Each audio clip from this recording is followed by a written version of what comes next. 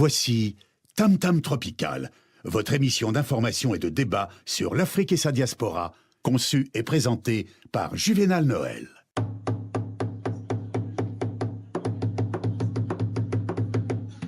Plusieurs siècles avant la création du télégraphe, au cœur de la forêt équatoriale d'Afrique, les populations communiquaient déjà à distance, grâce au tam-tam. En un temps record, des messages étaient relayés dans plusieurs contrées. Tam-tam Tropical, l'Afrique chez vous, chaque mardi de 19h à 20h sur Radio Pluriel.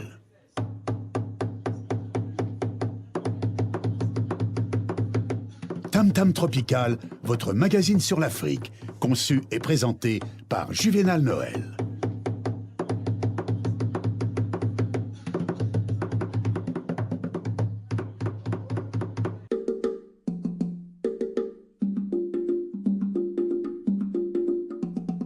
La première information nous vient donc de la Tanzanie où le quotidien tanzanien indépendant Mana Halisi a été suspendu pour une durée de 2 ans, annoncé ce mardi par le gouvernement. Les autorités accusent ce journal d'inciter à la sédition et de mettre en péril la sécurité de la nation.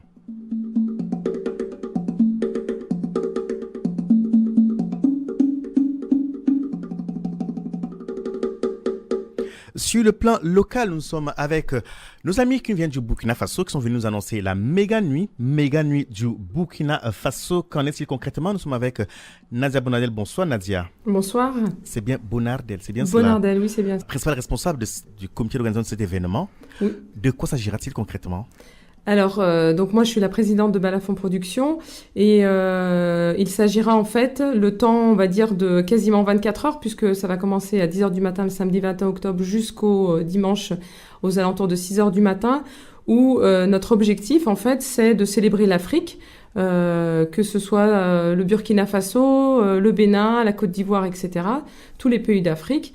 Donc nous allons offrir, nous avons envie en fait d'accueillir dans une ambiance chaleureuse et de convivialité les enfants, les adolescents, les adultes, que ce soit des gens d'ici, des Blancs, que ce soit les Africains qui habitent en France ou même venus d'ailleurs, parce qu'on va recevoir aussi des artistes qui viennent tout droit du continent africain, principalement pour notre événement. Quels rythmes seront entendus ce jour-là? Alors, ce que nous souhaitons faire et que nous allons faire, c'est à la fois entendre de la musique traditionnelle, du reggae et aussi du coupé-décalé. Également, dans la réflexion de notre radiophonie de ce mois, nous poursuivons notre réflexion sur le franc CFA, le rejet massif des populations africaines de cette monnaie qui est un symbole fort de la domination coloniale. Encore à notre époque, le professeur Nicolas Agbou, qui est une icône dans la lutte contre cette monnaie coloniale, nous rejoindra donc dans la deuxième partie de ce magazine. Vous écoutez Tam Tam Tropical sur Radio Pluriel.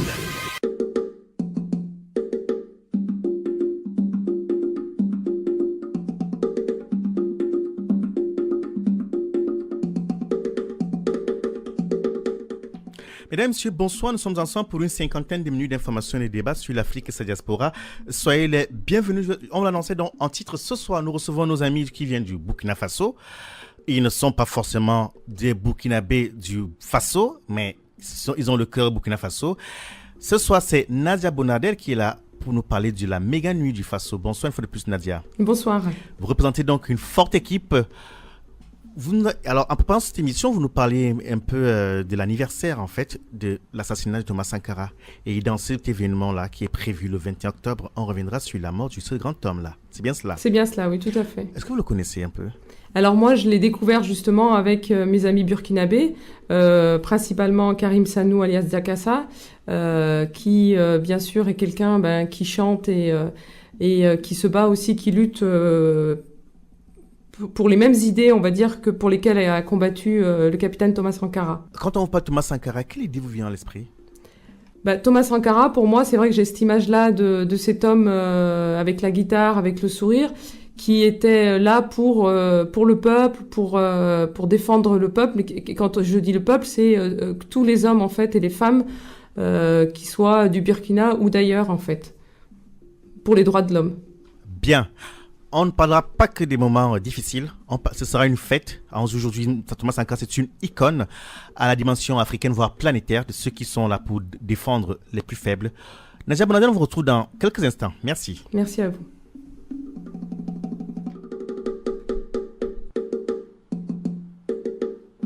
Nous allons sur le continent et c'est au Cameroun où un dortoir d'une école a été gravement ravagé par le feu. Il s'agit donc du collège Sacré-Cœur, une école des garçons située à Bamenda.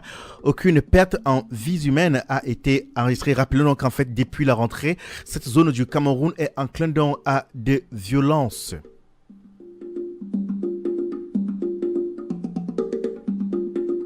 Et on se retrouve sur la corne est de l'Afrique où, en Tanzanie, où un journal a été suspendu dans le quotidien tanzanien indépendant.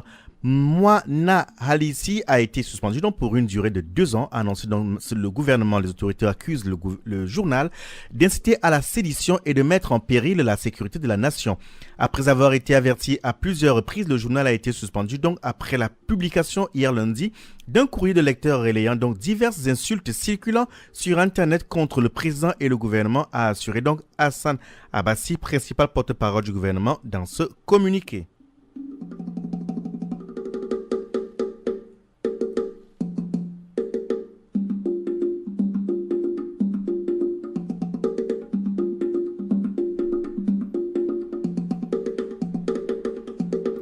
En Afrique australe, en Afrique du Sud, ce sont les audiences du procès contre le gouvernement sud-africain qui ont démarré ce matin. Elles portent sur l'immunité diplomatique à Grace Mugabe, accusée d'avoir agressé à Johannesburg un jeune mannequin de 20 ans. C'est l'organisation dont AfriForum qui poursuit en justice l'État pour avoir accordé donc l'immunité diplomatique à Grace Mugabe. AfriForum dont défend la victime, Gabriela Angels, et assure que selon la loi sud-africaine, l'immunité diplomatique n'aurait jamais dû être accordée à la première dame zimbabwéenne car elle ne peut pas s'appliquer en cas de crime grave et la violence en fait partie. Grace Mugabe est accusée donc d'avoir frappé violemment une jeune femme dans un hôtel de Johannesburg en août dernier.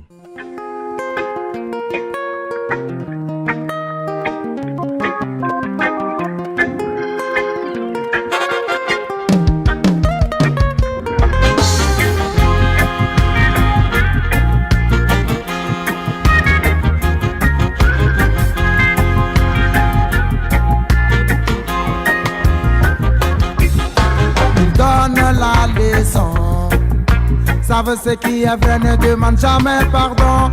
Il donne la leçon. Dirige les âmes qui ne peuvent plus dire non. Mais qui sont-ils? Pour dire ce que tu es. Mais qui sont-ils? Pour dire ce que tu dois faire. Mais qui sont-ils pour refuser ta venue? Il nous faut désormais descendre dans la rue. Il donne la leçon. Pour eux c'est normal, il possède la raison. Il donne la leçon. Tu dois l'exécuter sinon c'est la prison. Mais qui sont-ils? Pour dire ce que tu es. Mais qui sont-ils? Pour dire ce que tu dois faire. Mais qui sont-ils pour refuser ta venue? Il nous faut désormais descendre dans la rue. Samsraton boumfan Mtier se kapam ton kuyi bumbego Bakaram da ton yelbo mafan Misilawa Labkara tuko sisuri Bamia ana Bamia ana Bami hita yene Oboda bwen Yerarwate Mafana sabego Mafana sabego Mafana sarara ye Mafana sarara ye Mafana sabego Ali ajala ye Mafana sabego Ali ajala ye Mafana sarara ye Ali ajala ye Mafana sarara ye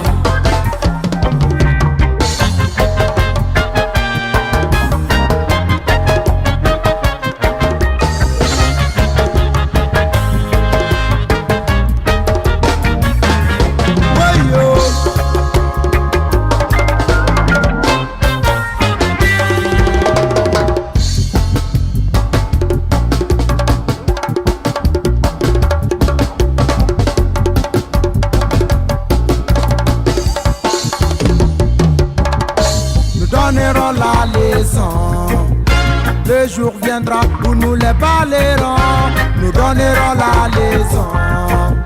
Leçon musicale, nous chanterons l'hymne de la victoire.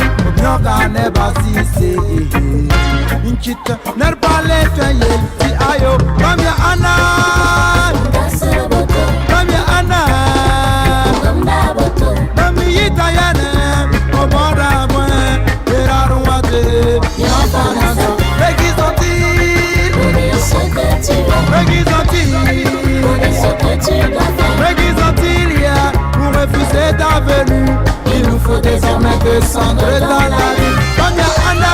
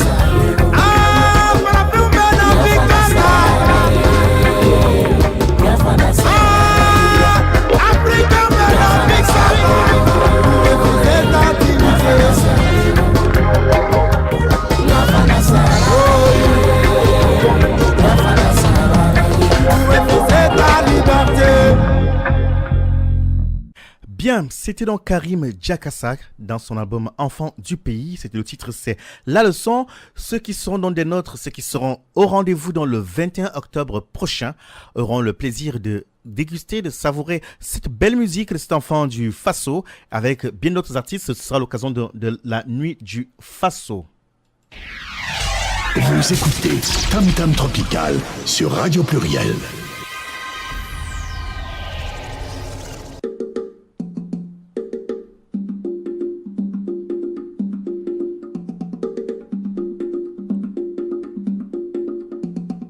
Nous allons donc sur la côte ouest africaine où Abidjan a été hier le théâtre de nouveaux affrontements entre policiers et étudiants. Ces derniers protestaient donc contre la hausse des frais d'inscription pour la rentrée scolaire, répondant donc à l'appel de la puissante fédération estudiantine et scolaire de Côte d'Ivoire, la FESI. Des échauffourées similaires avaient déjà eu lieu mercredi dernier. Pour en savoir plus davantage, nous sommes avec notre confrère Armand Iré, il est journaliste et analyse des questions africaines depuis Paris. Bonsoir Armand. Bonsoir Juvenal, bonsoir à tous les auditeurs de votre radio. Bien. De Radio Pluriel. Merci d'avoir accepté notre invitation.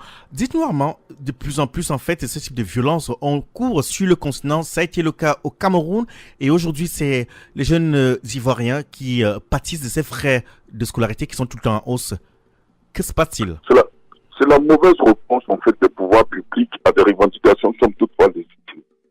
Vous savez, ce qui s'est passé à Abidjan, ce qui s'est passé au Cameroun, c'est des revendications d'étudiants et d'élèves pour de meilleures conditions d'études. Point. Mais en réponse à cela, les pouvoirs publics, et notamment, puisqu'on est à Abidjan, celui d'Abidjan, opposent la violence. Et une violence véritablement inouïe. Si vous voulez, je plante le décor en 30 secondes. De quoi s'agit-il? Allez-y. De quoi s'agit-il? Il s'avère que, en Côte d'Ivoire, pendant longtemps, les dirigeants, toutes tendances confondues, ont été les chantres de l'école gratuite, qui était même une des politiques phares, une des mesures phares du mandat de l'ancien président, aujourd'hui emprisonné, Laurent Gbagbo.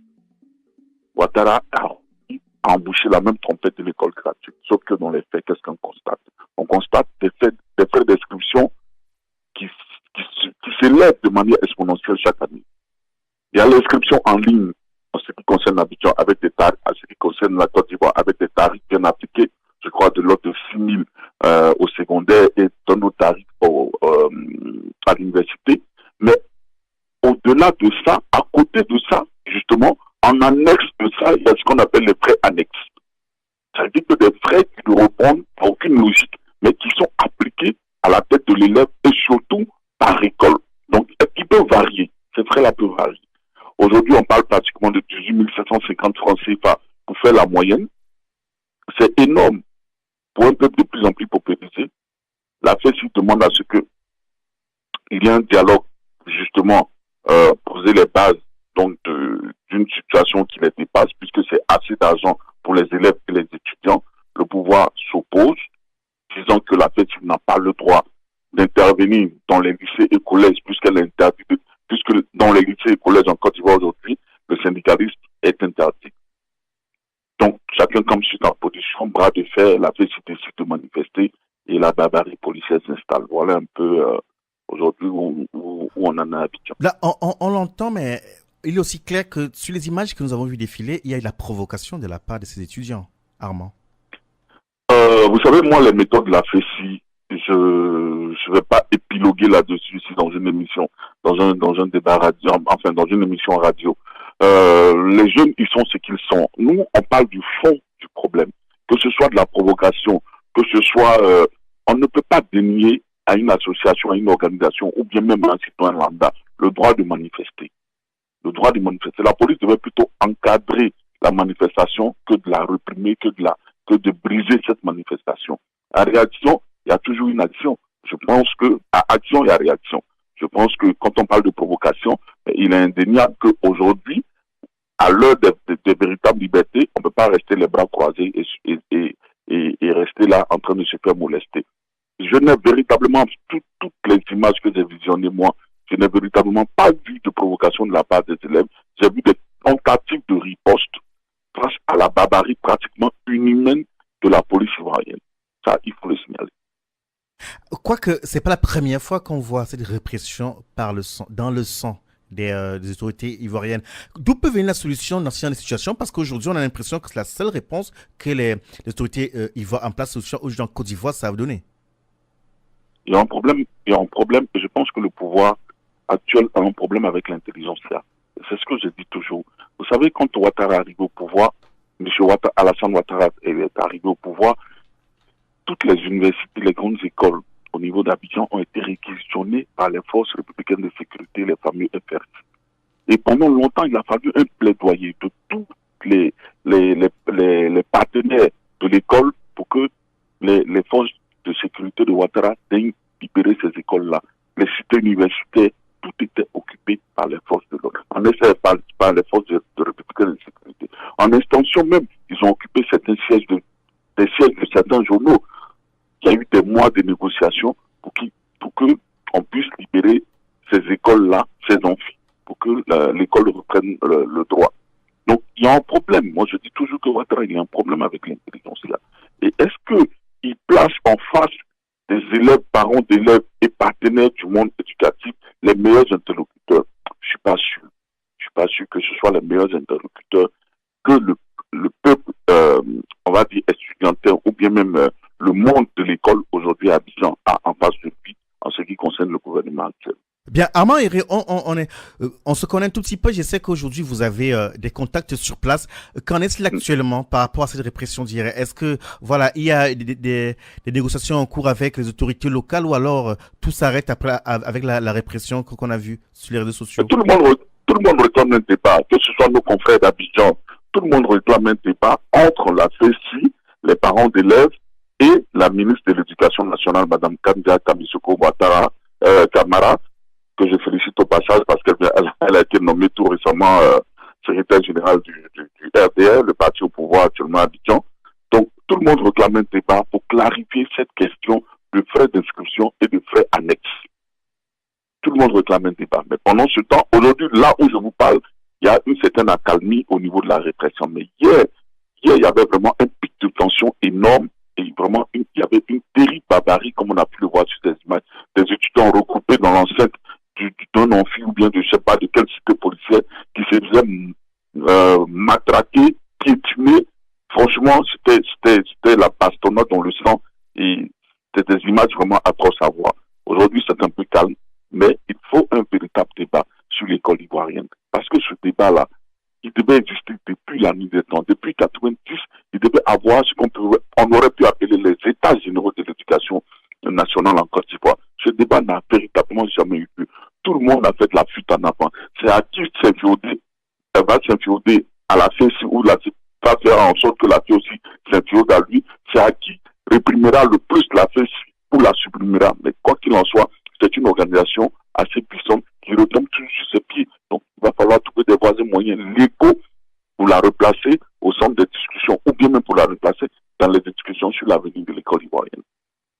Merci beaucoup, Ama Henry, pour votre contribution. Je rappelle à ceux et ceux qui prennent notre en marche que maintenant que vous êtes journaliste et analyse des questions africaines d'origine ivoirienne et que vous connaissez assez bien cette situation, ces questions, des violences sur le continent et notamment en Côte d'Ivoire. Et au plaisir. Bonsoir. Tam Tam Tropical, c'est tous les mardis soirs de 19h à 20h sur Radio Pluriel.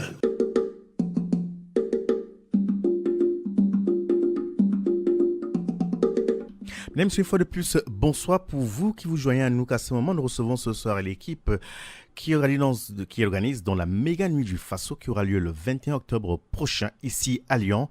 Face à moi, elle s'appelle Nadia Bonadel. Bonsoir Nadia. Bonsoir.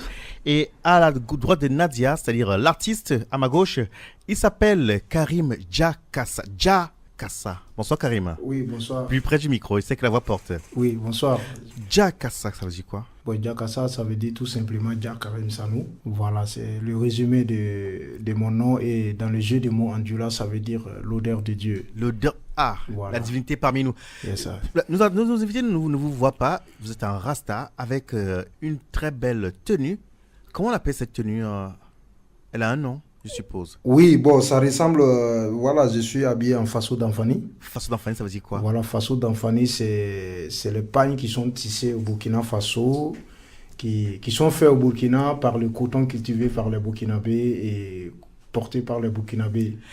J'ai fait, en fait, c'est volontairement que je pose la question parce que cela me rappelle l'une des vidéos qui circule aujourd'hui sur les réseaux sociaux où le président Thomas Sankara, il vante en fait ces tissus locaux, cet artisanat local en fait. Il encourageait les Burkinabés et les Africains à consommer africain en précisant qu'en fait l'impérialisme commencerait dans le plat et sur les vêtements. Il indexait un jeune qui est habillé en jean sans publicité aucune, un jean Levi's. Et que ce soir en fait vous êtes un digne représentant du Faso. Dites-nous, pourquoi, la question je l'ai posée à Nadia tout à l'heure, je la pose aussi, pourquoi méga nuit du Faso?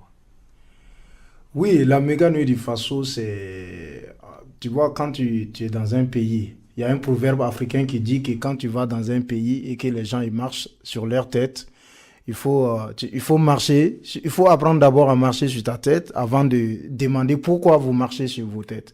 Donc la méga nuit du Faso, c'est le résultat des rencontres que nous avons eues précédemment avec différents artistes et puis surtout à Lyon avec les habitants de Lyon.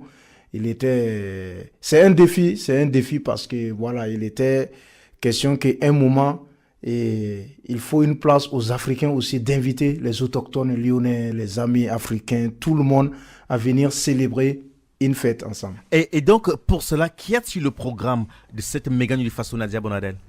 Alors au programme, donc on a à partir de 14h l'association Survie qui va venir qui organisera un plateau.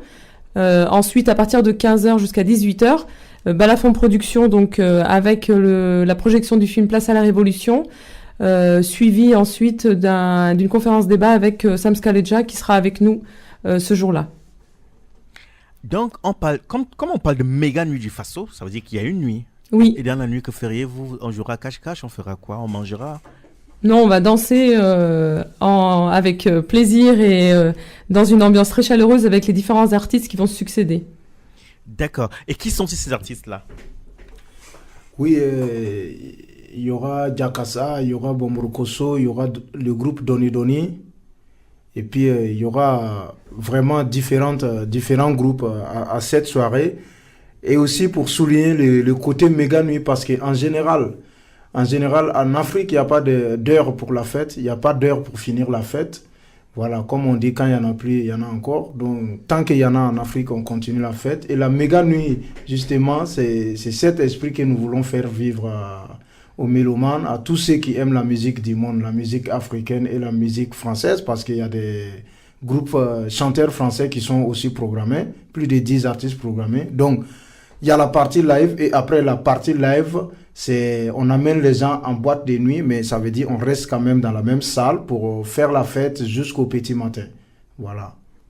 Donc, la Méga Nuit du Faso est donc prévue le 21 octobre prochain. Pour tous ceux et celles qui veulent en savoir davantage, il y a un site, aujourd'hui, il y a des pages Facebook qui donnent davantage d'informations. Nadia, pouvez nous donner les liens? Oui, il y a la Méga Nuit du Faso, Oui.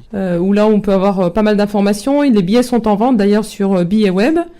Je voulais juste quand même préciser qu'on a des chanteurs qui vivent sur Lyon comme Filippo Co, Sadou, Joe Pilgrim qui est pas loin, qui sera aussi de la partie et de la fête ce jour-là, et qu'on a prévu beaucoup d'animations aussi dans la journée pour qu'à la fois les petits trouvent aussi leur place, parce que ce qu'on veut aussi c'est partager la culture africaine avec tout un chacun en fait.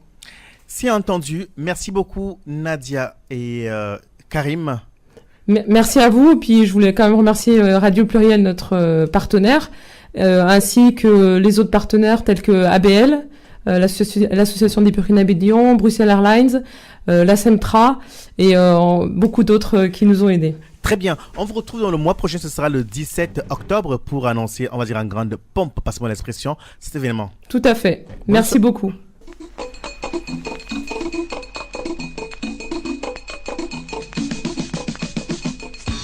En arrivant en Europe, je voulais d'abord faire comme les habitants de l'Europe, m'assimiler, m'intégrer dans la vie de la France, donc respecter les lois et pouvoir chercher le boulot. Je ne vis pas du tout mon rêve en France, parce qu'en fait, je pensais qu'ici, c'était le paradis. Oh, c'est difficile comme tout le monde, hein. Il y en a qui sont vraiment de la vraie diaspora, qui vont à l'école, qui sont des licenciés, mais il y a trop de banditisme de la diaspora ici. Il faut qu'on puisse faire comprendre aux jeunes que quand on est dans un pays, on respecte la loi de ce pays-là. Comme on le dit souvent, c'est dans le strict respect des lois de la République française que ce soir, nous allons poursuivre notre réflexion radiophonique sur le rejet massif en fait des populations africaines du franc CFA, le franc des colonies françaises d'Afrique. Cette monnaie qui est aujourd'hui le symbole fort de la domination coloniale qui continue, qui se perpétue. La question à laquelle nous allons essayer de répondre ce soir, ou plutôt, nous orienterons beaucoup plus notre réflexion ce soir sur la pérennisation de cette monnaie par les dirigeants qui sont en place aujourd'hui sur le continent. Avec nous, nous avons ce soir encore l'illustre honneur de recevoir le professeur Nicolas Abou, qui est une icône même de ce combat. Bonsoir, professeur. Bonsoir. Merci d'avoir accepté notre invitation. Merci. La question est simplement posée, professeur. Pourquoi les dirigeants africains pérennisent l'existence de cette monnaie sur le continent? Bien, la raison, elle est simple. C'est parce qu'après les indépendances politiques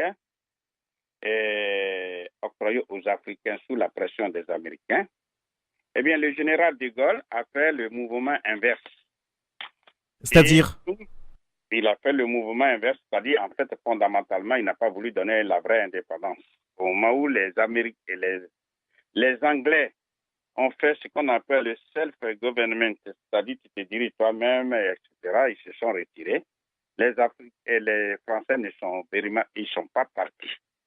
Donc, tous ceux qui sont les vrais patriotes africains, les leaders, ont été purement simplement soit écartés du pouvoir ou bien purement exécutés. Et ils ont mis en lieu et place des gens qui devaient faire le sale boulot. Et c'est ce qui malheureusement continue. C'est-à-dire que ceux qui sont au pouvoir, vous constaterez que la plupart du temps, ils sont mis au pouvoir dans les pays africains par la France. Donc, à partir de ce principe-là, quelqu'un qui vous a fait roi, vous êtes obligé, je dis bien obligé, de faire ce qu'il vous dit de faire, d'exécuter ses ordres. Donc, c'est ça qui explique le vrai problème. C'est pourquoi nous disons que la vraie libération monétaire des Africains ne peut pas venir des dirigeants africains. Parce que ceux-là, ils sont enchaînés.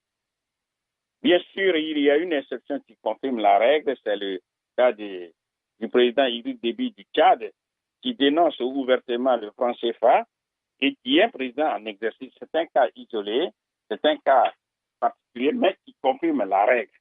Professeur Nicolas Bouyk, excusez-moi de vous couper. J'entends ce que vous dites, mais fort curieusement, lorsque vous dites que les dirigeants africains qui sont en place aujourd'hui sont maintenus par la puissance coloniale, on peut le comprendre, mais cependant, quand on observe même les partis d'opposition qui ne sont pas encore au pouvoir en Afrique, presque pas du tout, on ne trouve pas dans leur programme la sortie du franc CFA. Comment expliquer cela? Voilà, parce que ils savent, je dis bien, ils savent. Les leaders de l'opposition, ils savent qu'ils cherchent le pouvoir d'État et ils savent très bien que ce pouvoir d'État ne peut être obtenu qu'avec la bénédiction de la France. Donc, si déjà en étant dans l'opposition, ils affirment qu'ils vont lutter contre le franc CFA, ça veut dire qu'ils n'ont aucune chance de venir au pouvoir. Et c'est ça le vrai problème. Voilà pourquoi dans leur programme, ils ne parlent même pas du problème de liquider le franc CFA parce qu'on dit, si vous annoncez la couleur, eh bien la France ne vous permettra pas d'arriver au pouvoir. C'est ce qui est là. Hein.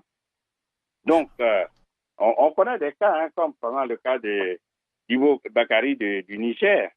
Tous ces gens-là, j'avais dit très tôt, quand ils étaient dans l'opposition, qu'en prenant le pouvoir d'État, ils vont battre la monnaie qui est la conséquence logique de l'indépendance politique. Eh bien, ceux-là, ils ont été purement, simplement même chassés du Niger. Hein. Bien. Donc, je crois que c'est ça qui explique ça. Maintenant, nous disons, oui, avec le vrai mouvement de contestation qui a lieu actuellement en cours, et nous pensons que c'est un mouvement irréversible, vous allez voir des partis d'opposition qui vont inscrire dans leur programme la liquidation pure et simple du franc CFA. Voilà. Professeur, j'entends ce que vous dites, mais on sait que, disons qu'on a observé sur le continent, dans ces pays-là, lorsque les populations s'insurgent, les populations sont contre une manière de faire, généralement c'est la répression dans le sang, ou alors simplement les pouvoirs en place sont sourds. Jusqu'à quand cela peut durer, à votre avis? Ça ne peut. C'est conforme à l'histoire. C'est-à-dire que dans le temps, comme dans l'espace, seul l'opprimé, seul l'esclave se libère toujours lui-même de son oppresseur. La liberté s'arrache. La liberté ne se donne pas. Donc, ce sont les Africains, et je crois que le mouvement est bien parti, ce sont tous les Africains ayant pris conscience que dans cet esclavage monétaire, dans cet esclavage économique, il ne faut pas bien vivre et il faut qu'ils en sortent. C'est avec ce mouvement de contestation de la base, c'est avec ça seulement que la libération peut avoir lieu. Parce que, prenons des exemples, nous connaissons le cas du Vietnam qui a lutté pendant près de 15 ans contre les États-Unis d'Amérique. Le Vietnam est aujourd'hui libre. Prenons le cas des pays du Maghreb comme l'Algérie. Ils ont lutté. Aujourd'hui, ils sont libres. La France les laisse tranquilles et ainsi de suite.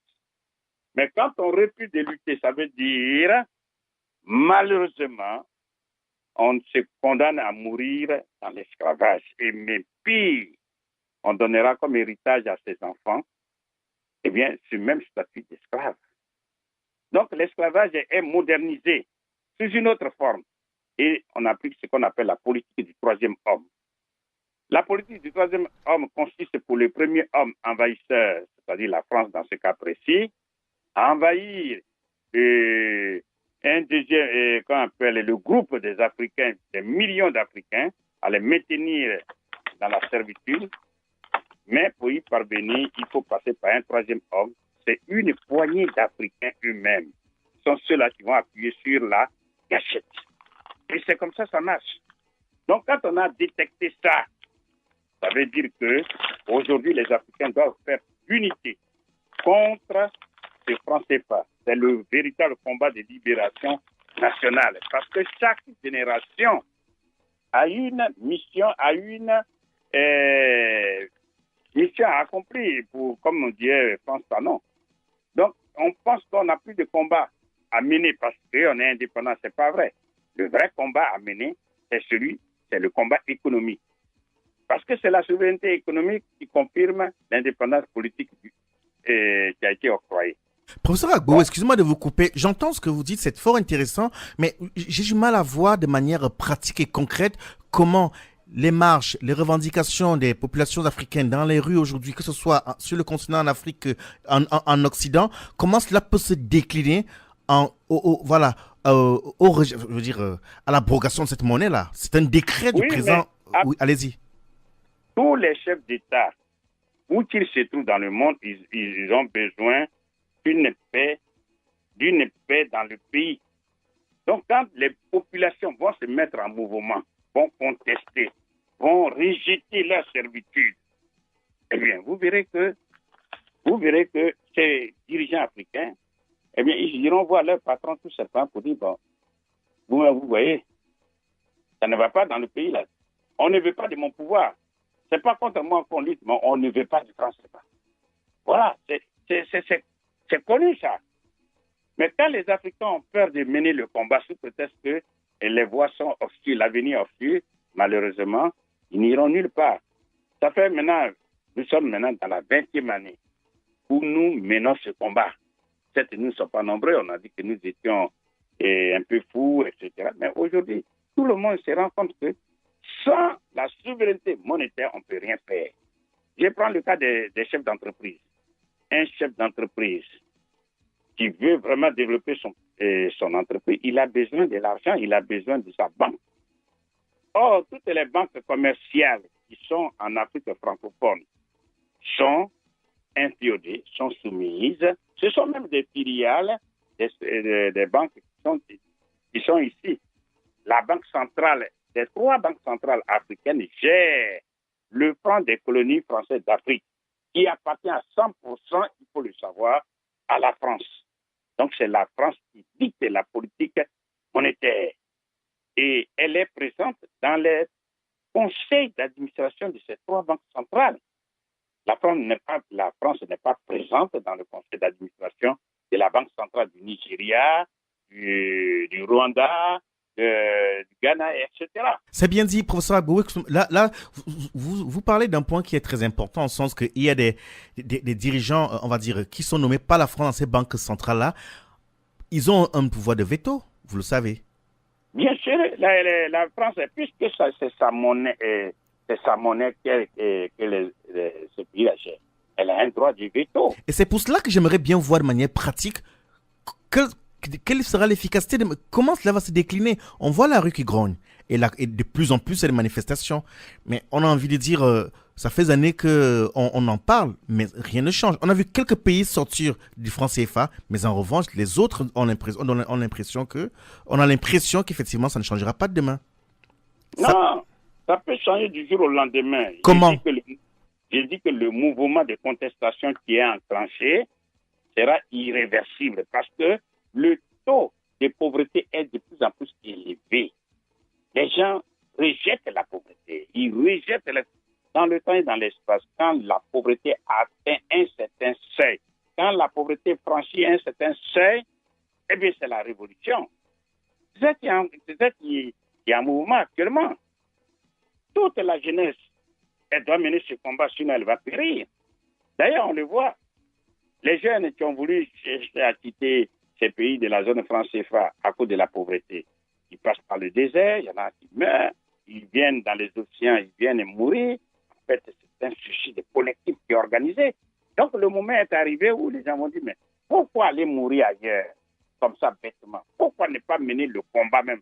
Parce que de toute façon, en allant à l'extérieur et en passant par les déserts ou les océans, eh bien, le risque de mourir est très élevé.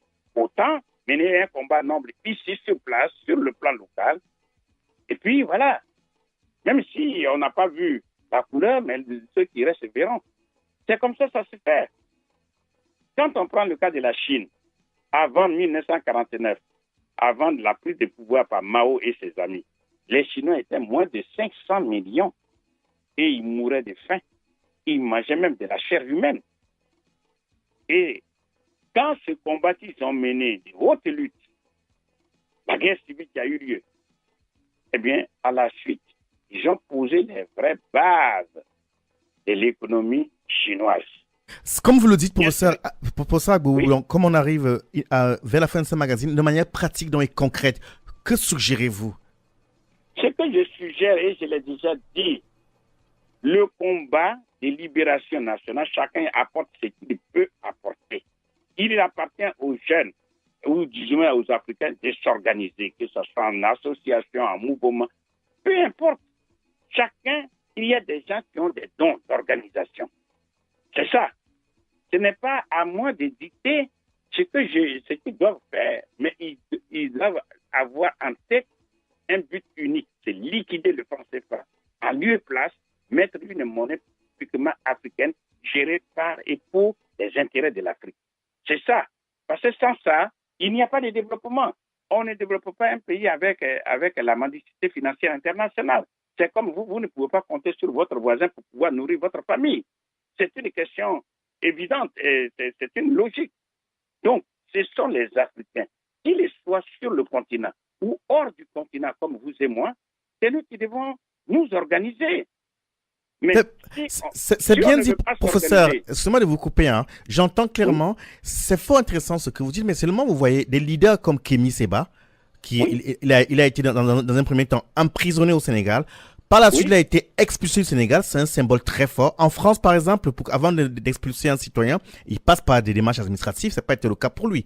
Ça veut dire effectivement qu'il y a cette volonté-là de dissuader.